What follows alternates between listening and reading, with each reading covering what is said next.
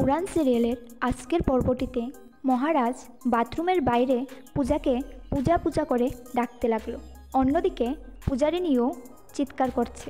মহারাজ আবারও ডাকতে লাগলো, পূজা পূজা। মহারাজ অনেক চেষ্টা করার পর ফাইনালি দরজা খুলতে পারল।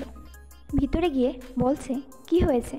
তখনই এক লাফে পূজারিনী মহারাজের কুলে উঠে পড়ল। অন্যদিকে পূজারিনী তার পা দিয়ে শাওয়ারটা চালিয়ে দিল। বৃষ্টির মতো উপর থেকে জল ঝরছে, আর তারা দুজনেই গভীর প্রেমে ডুবে গেছে। মহারাজের পাথর মনও মাটির মতো গলতে লাগলো। মহারাজ চলে যাচ্ছিল, তখন পূজারানী তাকে টেনে বুকে জড়িয়ে ধরল।